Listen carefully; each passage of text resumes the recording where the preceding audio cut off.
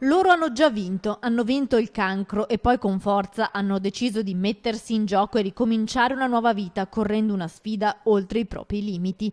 Sono le donne di Run for Yov. Reduci dalla loro bellissima esperienza alla Maratona di New York, tornano a gareggiare per la ricerca e con loro ci sarà una nuova squadra di campionesse, anche loro guarite dal tumore. Sono qua con noi e questo giro da protagoniste, per fortuna, di una maratona ben più bella e entusiasmante di quella che hanno appena finito di correre.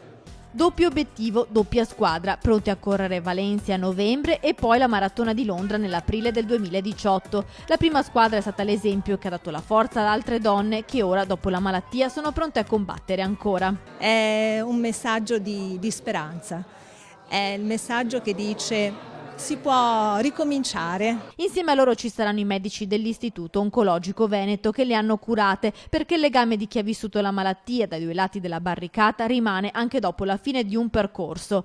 Correndo le donne hanno superato ogni limite e sono riuscite a raccogliere quasi 67.000 euro che oggi sono stati consegnati allo IOV e serviranno per la ricerca. È il momento di spingere con le nuove acquisizioni, con le tecnologie, perché le cose stanno cambiando.